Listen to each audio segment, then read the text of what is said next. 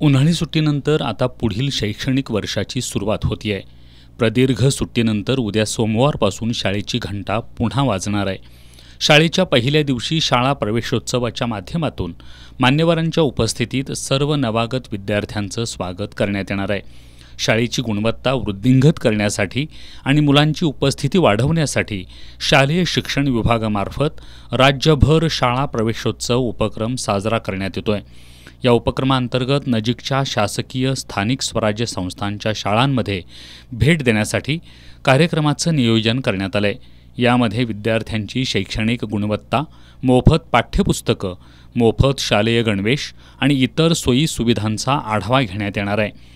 शाळा व्यवस्थापन समिती, सरपंच, ग्रामपंचायत सदस्य, नगरसेवक यांच्याशी चर्चा करून विद्यार्थ्यांचा स्थानिक स्वराज्य संस्थांच्या शाळेत प्रवेश घेण्याकडे कल कसा वाढेल यासाठी आवश्यक त्या उपाययोजना सुचवण्यात आल्यात. राज्यातील लोकप्रतिनिधींबरोबरच वरिष्ठ अधिकाऱ्यांनी शाळा सुरू होण्याच्या पहिल्या दिवशी शाळांना भेट द्यावी याबाबत मुख्य सचिव सुजाता सैनिक यांनी नुकताच आढावा घेतलाय. सर्व विभागीय आयुक्त, जिल्हाधिकारी, महानगरपालिकांचे आयुक्त, जिल्हा स्तरावरील विविध विभागांचे अधिकारी यांना शाळांना भेट देऊन विद्यार्थ्यांचं स्वागत करावं.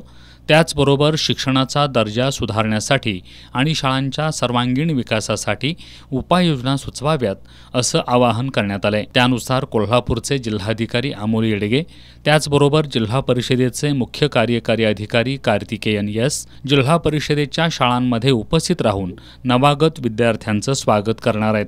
कोल्हापूर जिल्ह्यात 2000हून अधिक जिल्हा परिषदेच्या शाळा आहेत. शाळेच्या पहिल्या दिवशी विद्यार्थ्यांचं स्वागत करण्यासाठी प्रशासनासह शाळा व्यवस्थापन समितीची तयारी पूर्ण झाली असून उद्यापासून शाळेत विद्यार्थ्यांचा किलबिलाट ऐकायला मिळणार आहे. दरम्यान बाजारपेठेत विविध प्रकारच्या स्कूल बॅग, वह्या, शालेय गणवेश, लहान मुलांचे रेनकोट, छत्र्या यासह विविध प्रकारचे साहित्य खरेदीसाठी मुलांसह पालकांची गर्दी झाली होती. वाहतूक खर्च, कागदाच्या वाढलेल्या किमती यामुळे शालेय साहित्यांच्या किमतीत वाढ झाल्याचं विक्रेत्यांनी सांगितलं.